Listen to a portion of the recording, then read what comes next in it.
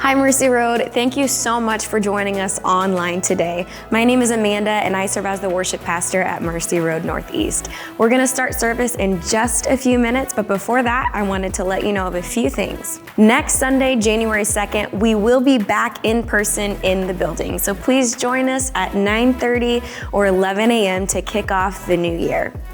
Right now is also a time where you can give online by texting the word NEGIVE to the number on your screen, or you can visit mercyroadnortheast.com/give. Hey Mercy Road Church, as we close out the year, I want to invite you to pray about giving towards the Compassion Campaign. The Compassion Campaign will fund Mercy Road Anderson, a brand new church plant in 2022. You see, church planting is the best way, without a doubt, of reaching new people in a city for Christ. This year end, you're going to have a lot of opportunities, a lot of different ways that you could give, but I want to encourage you to give towards the local church. You see, the local church is the hope of the world, bringing transformation to a city. We want to see in Anderson addictions being broken, marriages being restored, and lost people being found. And so would you consider giving this year end towards the Compassion Campaign? There's a few ways that you could give. You could hop online to our website, click the Give tab, and then on the drop-down menu, select Compassion Campaign. You can give stock by emailing giving@mercyroad.cc, or you could mail a check to one of our buildings and write Compassion on the memo line. Thank you guys so much for your generosity. We look forward to what God is going to do in 2022 in the city of Anderson. All right, service is going to start in just 1 minute. We're so glad that you're joining us online today.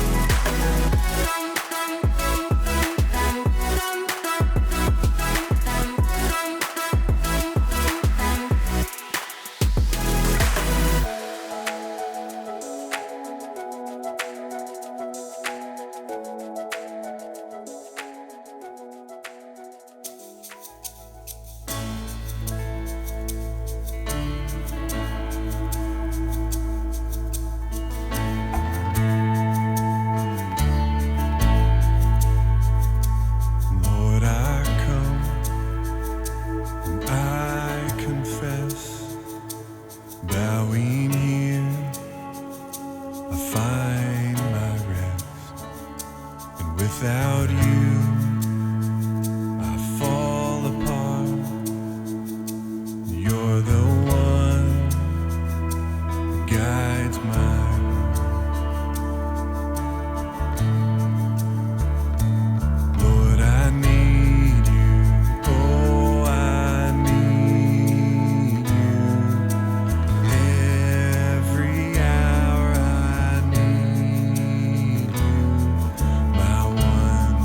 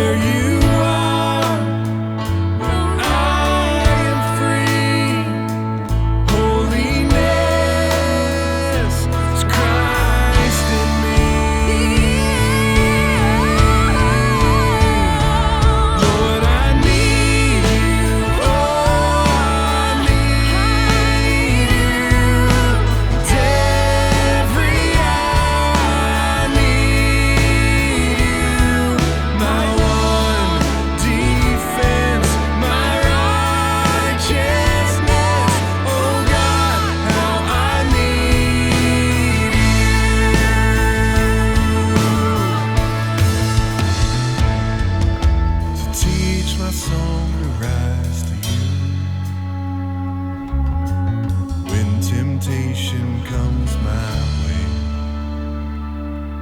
when I cannot stand or fall on you, 'cause Jesus, you're my hope and stay. When I cannot stand or fall on you, but Jesus, you're my hope and stay.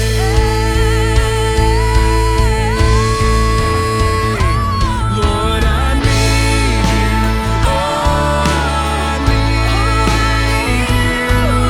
And every hour I need my one defense, my righteousness.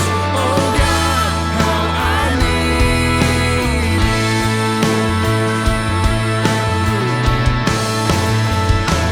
Lord, I need you. Oh, I need you. Every hour I need my one defense, my righteousness. Oh God, how I need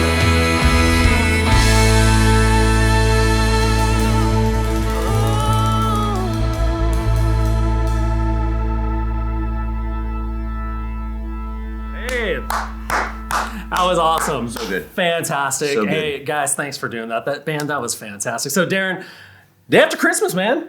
You're, I'm assuming you're taking the decorations down today. You seem like a decoration down kind of guy, right? Well, you may think that, John, but in our home, I have one job with the decor. I have two jobs. I bring the trees up from the basement. Right. Of course. Yes.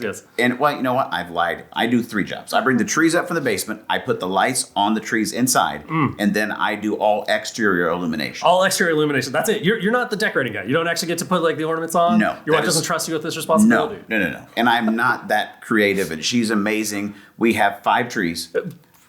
Oh, you Yeah. got 5 trees. Well, we're trying to breed foxes, and we need to get a natural habitat. I mean, obviously, I understand. Yes. No, we As love. one does. My wife we love Christmas, so there's a lot of decorations. So right now they're still all up, and my wife has decided this year she and I get this. I'm in support of this. Is maybe like you guys at home right now, you may be thinking like Christmas was yesterday. Like now all we have to look forward to is New Year's, right? Well, my birthday is the 29th. You guys I've registered at Bed Bath & Beyond. I'm just kidding. Some nice towels. Yeah, my birthday is actually the 20th. But we've got my birthday, we've got New Year's Eve, and then you get January. Right. You have nothing to look forward to, just cold here in Indiana. So my wife has said, we're going to take down, this week we're going to take down all the trees except one. And we're going to leave it up, I think. You're leaving one. We're leaving one up just to keep a little Christmas joy going. all the way through January. At least through January. Hey, oh, that's so fantastic. What about, you do outside decorations too, right? I do the outside ones. Okay. I wait. Those usually stay up until it falls. You're one of those guys. It's like Yeah. March and Yes. it's like just now you're taking them down. I am not taking down my lights and freezing in the process, right? So I wait till it falls and I take them down. But it's a step-by-step process. And I'm assuming then you also have to pack everything up and you're the person who, your wife is like, hey, you take it down, you put it in the basement. No, Oh. I'm not allowed to put things away either. Oh, of course. Yeah, my inability to be detailed about anything. If I take down the decorations, put them away, everything will be broken. It'll be an absolute disaster right. the next year. I'm not that guy. It was so. You're the person who just piles all the ornaments in, and next year Frosty's head is broken off. Oh, like yeah. all the balls are in half. Yes. Lights are tangled into a snake. I'm not giving anything fragile or important. I'm just grunt labor to get it done. It's probably wise of Julie. It Probably is. wise. It's very, very wise. But you know what the deal is, and I get it, because now watching as much stuff as happens in the Christmas season as far as decorations, if it's not put away nicely in the way it should go, it does create future disasters. Future chaos. Yes. So there is definitely need for it to be done correctly. So if you're starting today, I mean, we're encouraging you. Maybe take your time, but have a plan, which kind of fits in with what we kind of want to turn the attention to here towards the end of the year in our talk. this morning. Right. Because if you have a plan, Yeah. then it's easier to set things up, I'm assuming, outside or inside, because, when you've got a plan, then the ornaments come out correctly. And so your wife has a plan for the inside. Yes. You have a plan for the outside, I'm assuming. I do, except here's another thing that is a problem with me, John, is if someone was detail oriented or wise, they would probably get to the end of the Christmas season and maybe take pictures of how everything plugged in properly. That would be a wise man. Yeah, okay, so that extension cord went to these one plugged in, whatever. I just get down and take it down as fast as I can, put it in stuff so I just want to be done. But then what happens is that every year I start back over and I go, all over again at the same spot. I don't remember how this worked last year. I know they came on and they stayed on, but I tore it all down so fastly and threw it away and just got done with it. I have no idea what every single year. Yeah, what created the positive of last year. It's every year it's a brand new discovery because I don't actually take time to like figure out how think it worked. through it. Yeah, because if you were to spend time actually thinking about the plan of how you put the lights up on the house and take them off in the correct order so it made sense, put them in the boxes in the accurate way. Yes.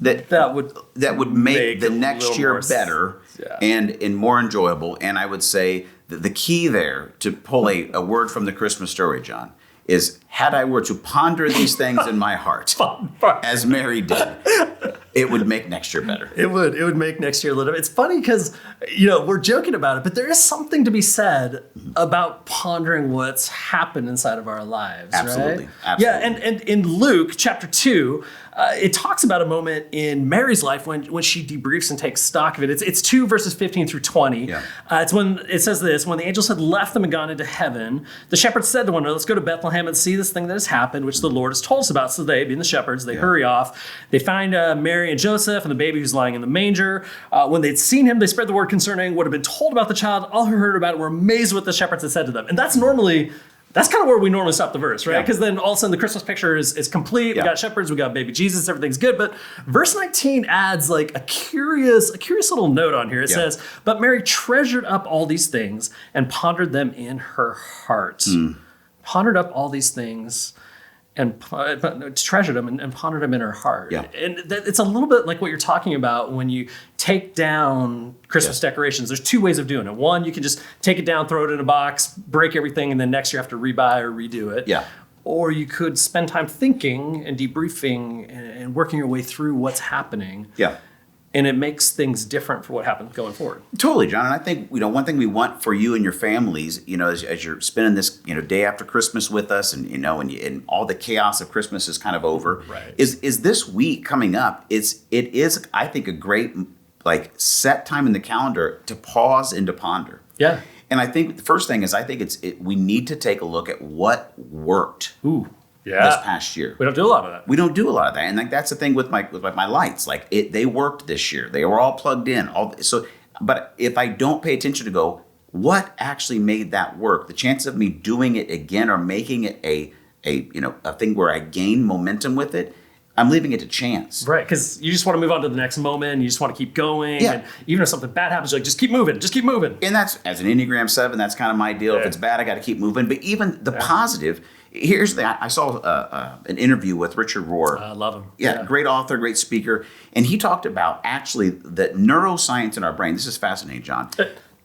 I didn't know you were such a neuroscience fan. Keep going. Tell me more, sir. I do have some deep. But what's crazy part about neuroscience, it talks about that actually the way that our brains work is that if we don't take literally 10 to 15 seconds to ponder or meditate on positive things, they don't imprint in our brain, and we don't actually get the full effect of the positive memory or emotion of the win or of the breakthrough, whatever is positive. And so it's, when you think about that, is you may have had the best year of your life. There may have been some moments that are amazing for your marriage, your, in your parenting, in your friendships, in your career.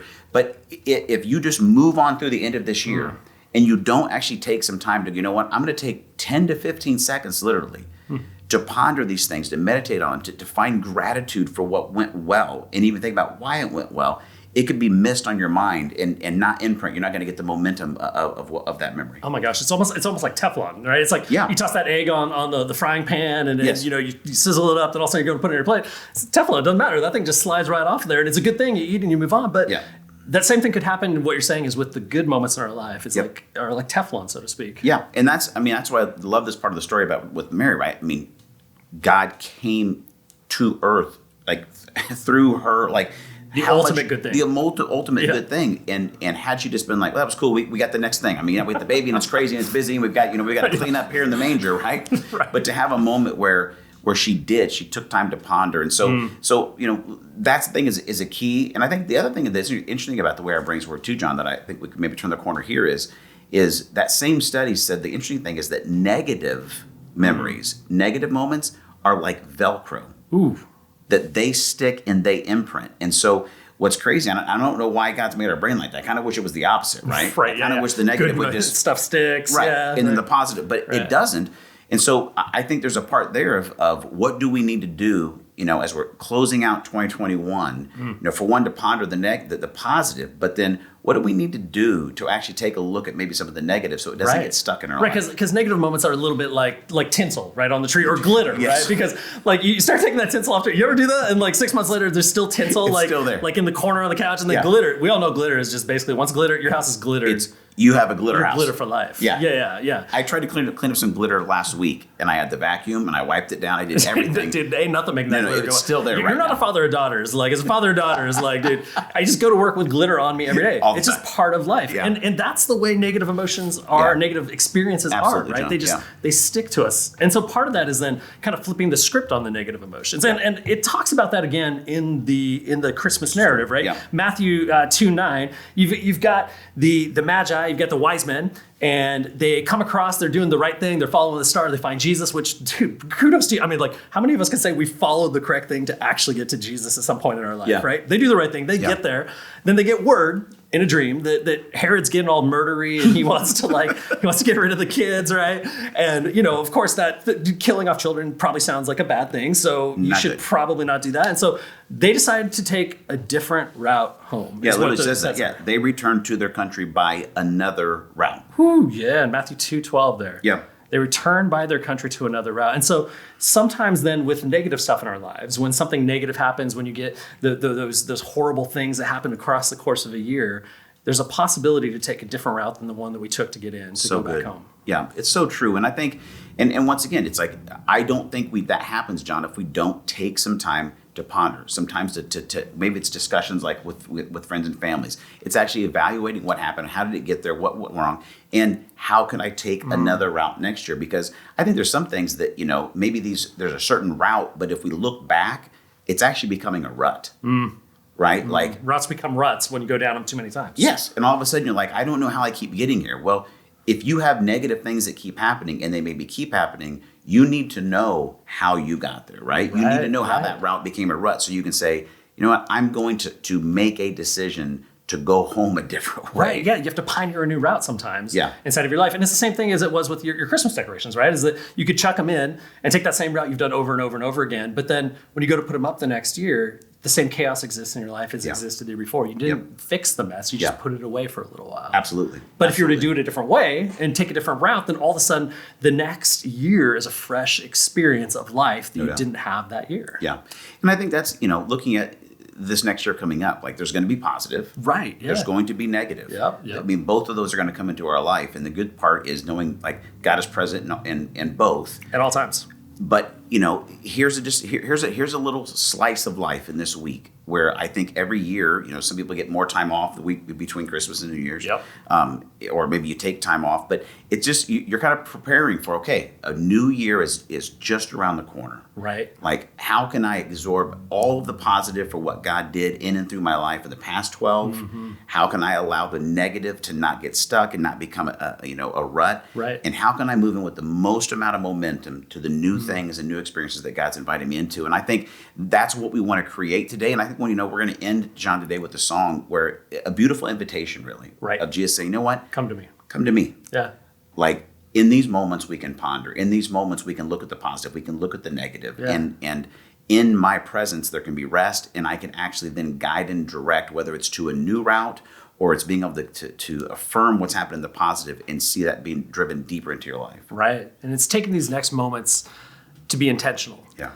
Whether it's just you by yourself and, hey, you're just getting those moments alone after Christmas, whether you're sitting there with your partner, with your spouse, and you're saying, hey, this is when I need to unpack what's happened. Or maybe you got your kids with you. Taking a moment first and foremost to listen to the song and buy in and say, God, we're coming to you with all the heaviness on our hearts, with all the joys on our hearts, with all the happiness, with all the stresses, the anxieties, with all the shames inside of us that have happened across the course this year. And God, we want to do it differently this year. We want to take different routes on the broken things. God, we want to hold on to those positive things so that this year good. our experience changes and shifts. So sit back on your couches, maybe even just take a couple deep breaths and get ready to listen to what the band is about to bring to us now.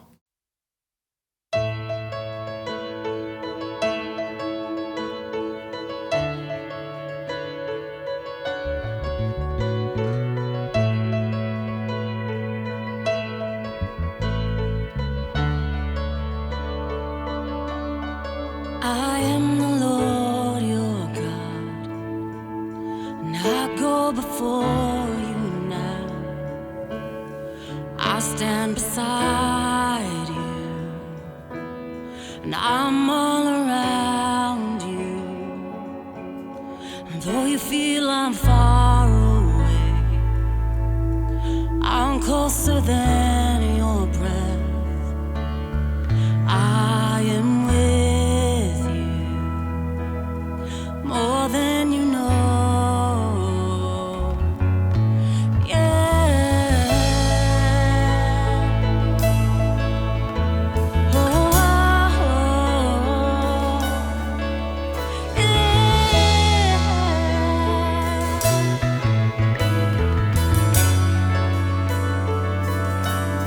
And I am the Lord your peace.